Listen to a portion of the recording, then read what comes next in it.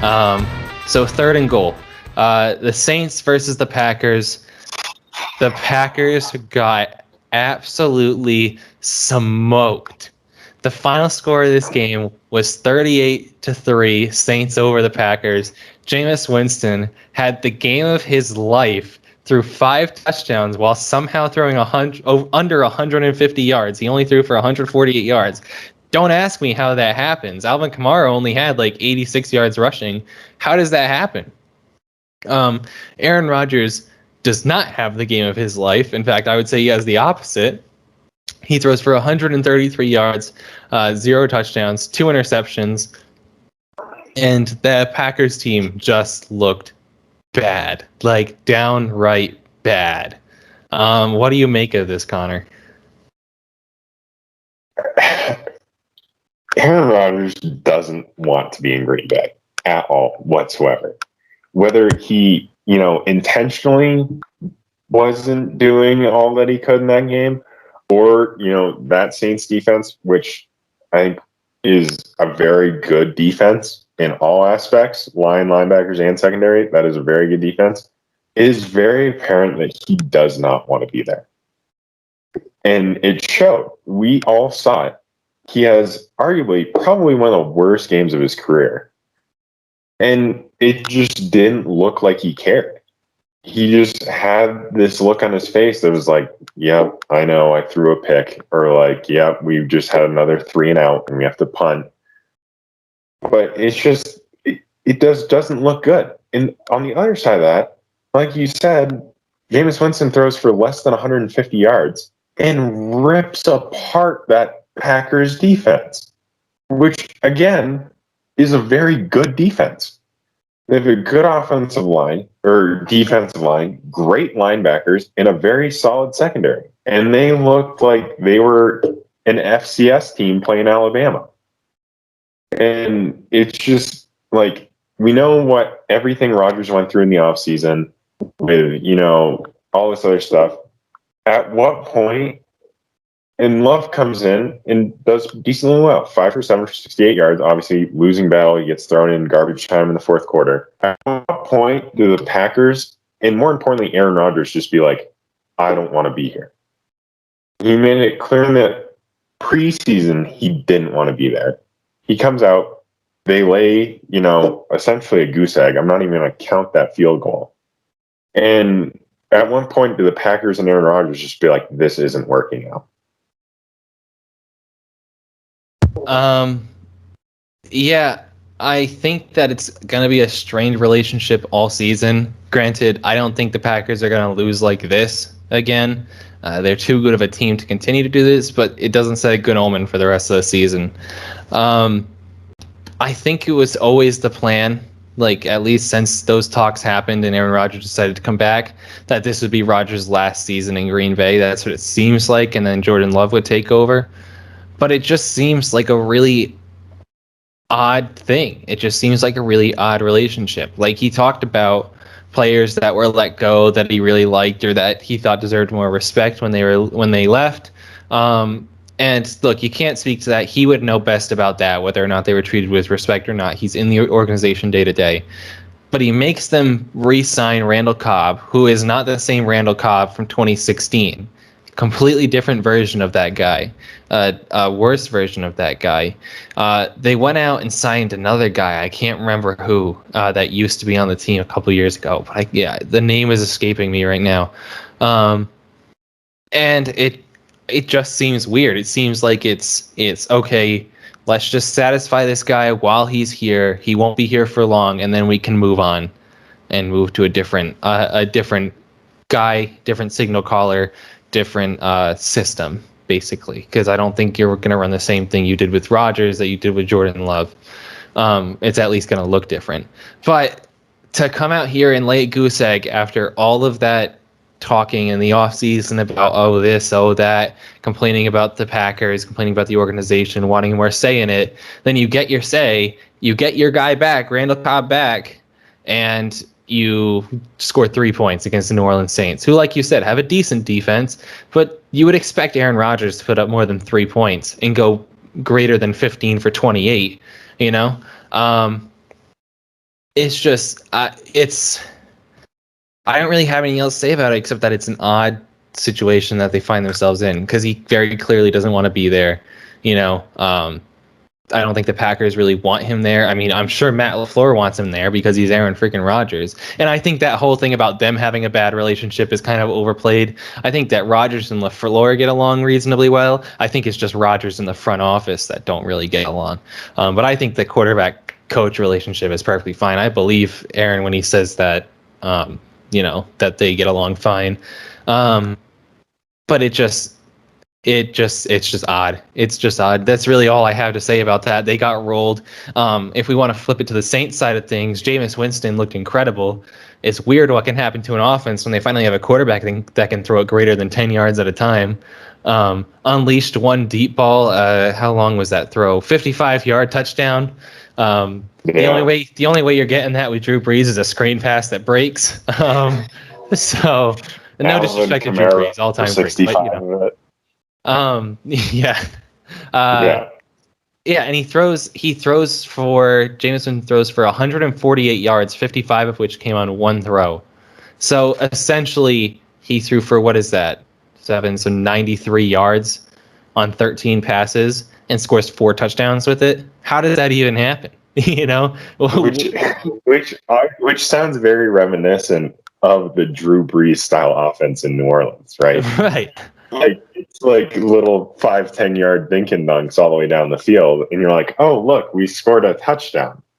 Obviously, they get the 2 picks. I think from what I saw in the recap, it looks like they had really good punt return position on stuff, and so I don't think he had to do a ton of work after that. But yeah, also crazy thing about that, the only team in the NFL this past weekend, week 1, who didn't throw a pass over 15 yards, the Bears.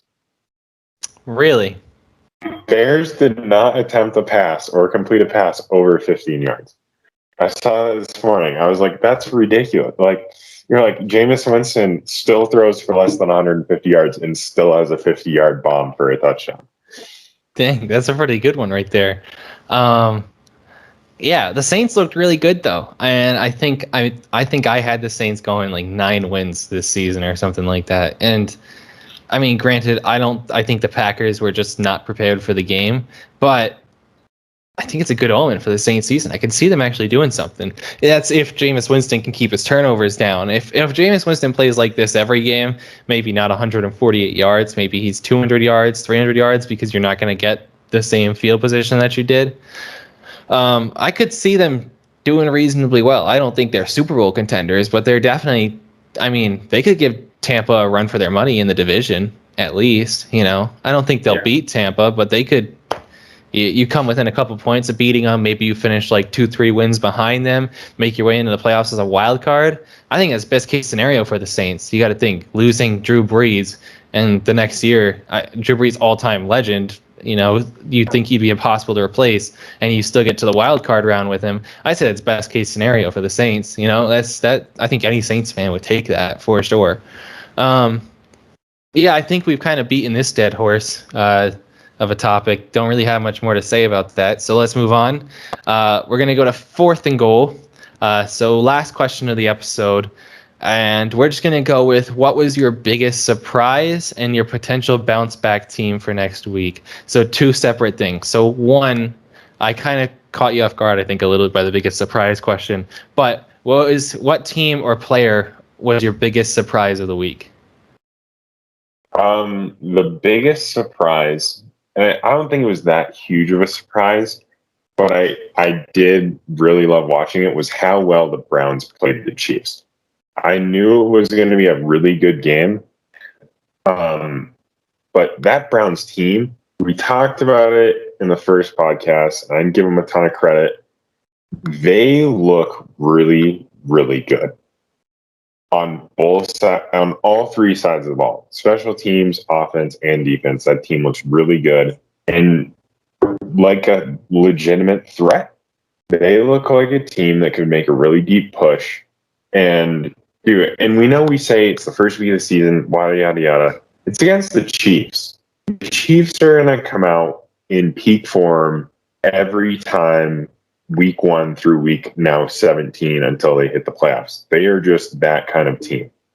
And for the Browns to do what they did against the Chiefs week 1 in Arrowhead is amazing. If the Browns continue to play like that, they might have a chance to meet up with the Chiefs in the AFC Championship game this year. Obviously, you have to compete with the Ravens, the Steelers if they pull their stuff together, and the Bills, obviously. But to see them do that in Arrowhead against the Chiefs is a really good sign for Browns fans. Yeah, Baker Mayfield makes that one mistake at the end of the game.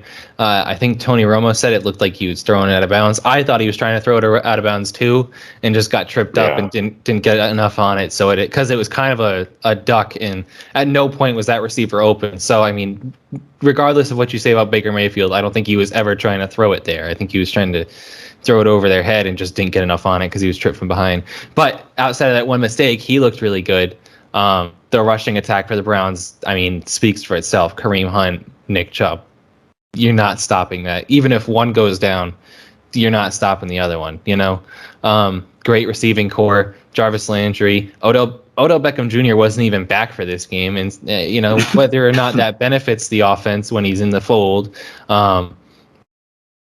he's still a playmaker on the field and someone you have to account for.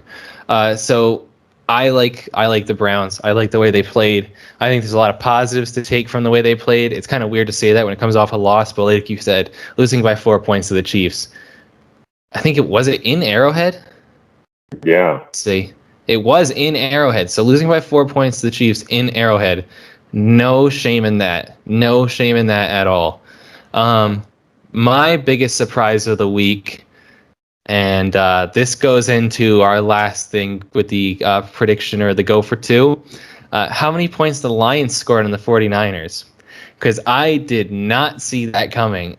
The Niners got off to a huge lead early on, but the Lions just started working their way back and clawing their way back and made it an 8-point game, and I would assume made the Niners sweat a little bit, at least at the end. 41-31?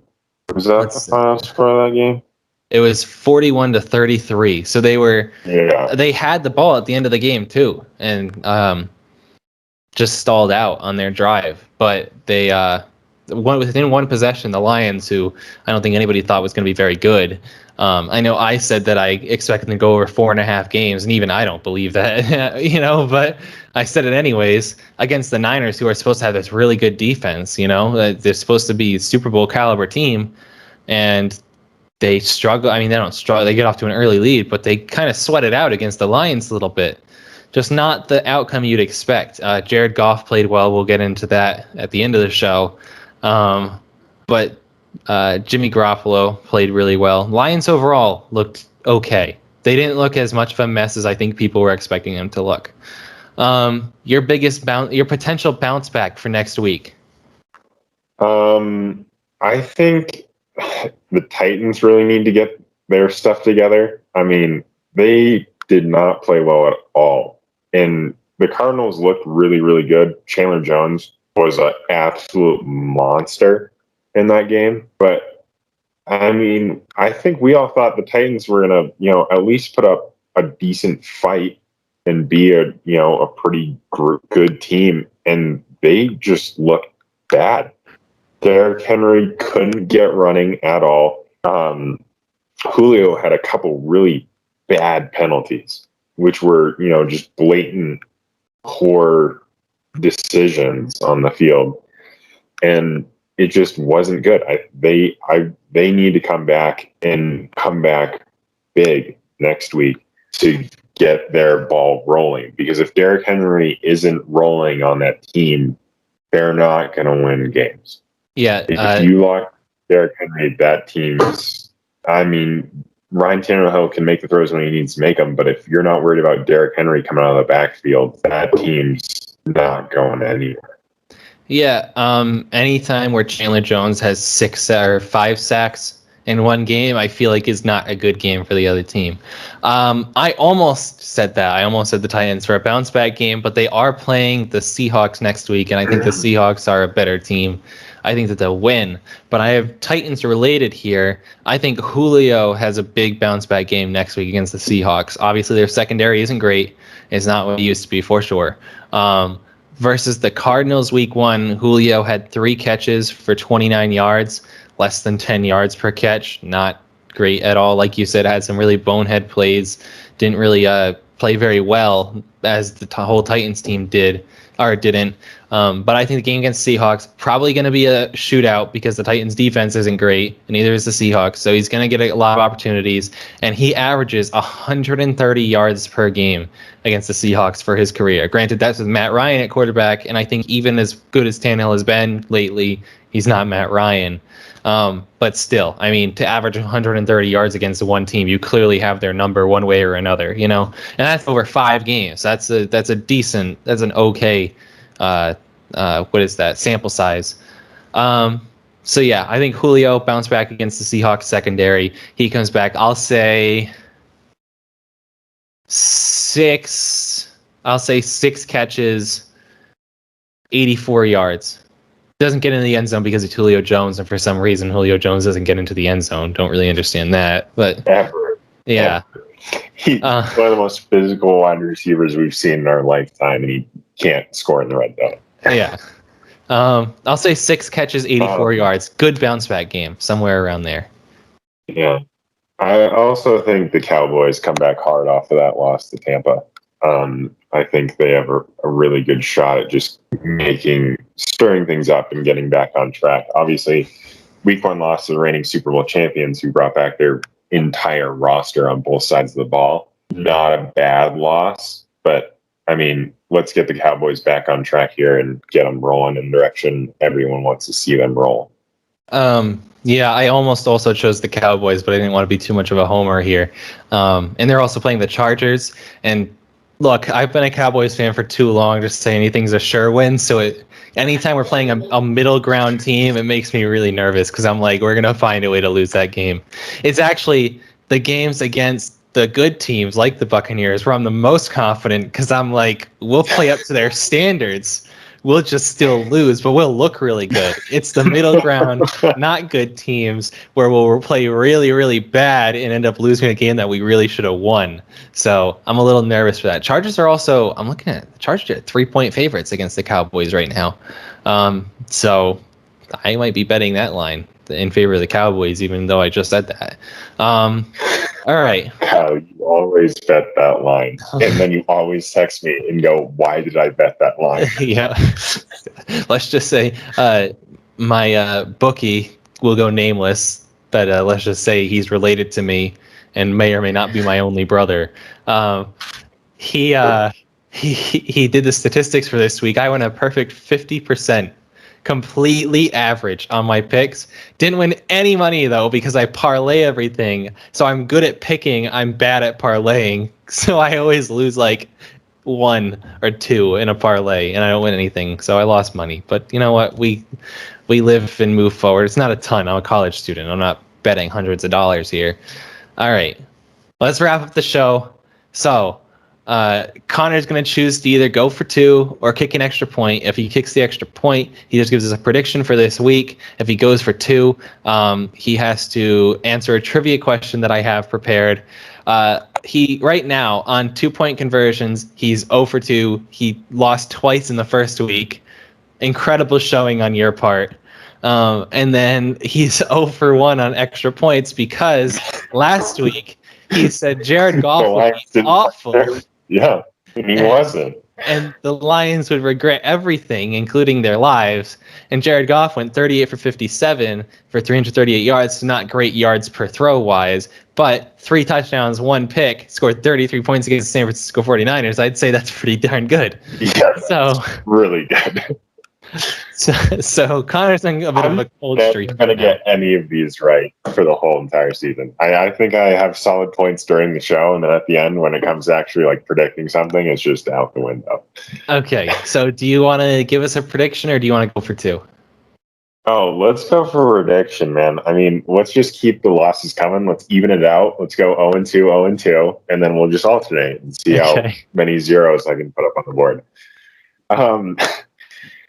Prediction for this coming week. The Rams stay hot. And watching that Rams-Bears game, Matt Stafford looks happy playing football again. Matt Stafford actually looks like he wants to play football. I know. I know it cop out prediction. That's trying to get a win on the board. The Rams will lose. Yeah, the Rams will lose, and I'll go 0-2 and 0-2, and we'll all be happy. But no, even though it is a cop out prediction, I am happy Matt Stafford actually looks happy playing football. I think that's whether you're sad. I mean, I would be upset as a Lions fan because you played really well against the 49ers. But if you're a guy who just loves Matt Stafford in Detroit and you see him actually smiling while throwing a touchdown, even if it is in LA, you're like, wow, he's finally there. He finally made us. He's found happiness. All right. Also, shout out to football for showing Matt Stafford's wife on the Jumbotron. Did you see that? What was it? So they were like talking about Matt Stafford, and they went to the stands to show, and then just picked this random woman wearing a Rams t-shirt, and they're like, "Oh yeah, Matt Stafford's wife." She's like, "Yada yada." It wasn't Matt Stafford's wife. For like a minute and a half, they showed some random woman on national television who they thought was Matt Stafford's wife. Damn. All right. So if you're saying the Rams that keep rolling, how much are you saying they win by? We'll do an at least thing. So they could win by more than that amount, and we'll call it good. They're playing the Colts. They'll win by at least 13. I think that Colts team doesn't 13. Look great. You really, I mean, if you're really going for a cop out, you should have said like 6. Like try to get a win on the board. Come on, man. 13 is a lot. All right, so we're saying that the Rams keep rolling, beat the Colts by 13 or more. How about that? Okay. The trivia question for today, if you were interested, not including this season, Aaron Rodgers has incredibly only thrown 89 interceptions in his 16-year career. Again, not including this season, which includes only 13 as a starter. That's averaging a little less than 6 per season. 5.5, I think, is what it works out to be. Which active NFL player has thrown 88 despite playing 10 less seasons as Rodgers, 8 less as a starter, averaging almost 15 per year? No, this won't count. Jameis, it is Jameis Winston. See, you would have gotten a win on the board. You would have gotten a win on the board. We're not counting it. But here's an interesting stat. From 2015 to 2019, Aaron Rodgers threw 27 interceptions total. From the day Winston was drafted in 2015 to 2019, Jameis Winston threw all 88 of his interceptions in his career, including 30 in 1 year. So just remember that one of those guys handedly destroyed the other guy. And let's just say it wasn't Rodgers destroying Winston this past week. One of those guys threw 2 picks in the game. The other one went 5-0. So yeah, pretty crazy. He threw, think about that, 27 interceptions over the span of 5 years. That's crazy. That's crazy. Jameis Winston, 88 over the course of 5 years. That's also crazy, but in a completely different way. Either side of that, you're like, wow, that is wildly impressive. Yeah. All right. That's the show. We'll see how Connor does on his prediction. Hopefully he gets a win on the board here sometime soon. Thank you guys for watching. We'll split this episode into 2. So if you're watching the second half of the episode, thank you for watching both and getting our views up. If you haven't viewed the first half yet, make sure to go take a look. The second half will make a lot more sense. Thank you guys as always, and we'll see you guys next week. You can't fight the temptation when you get the vibration. Won't do you no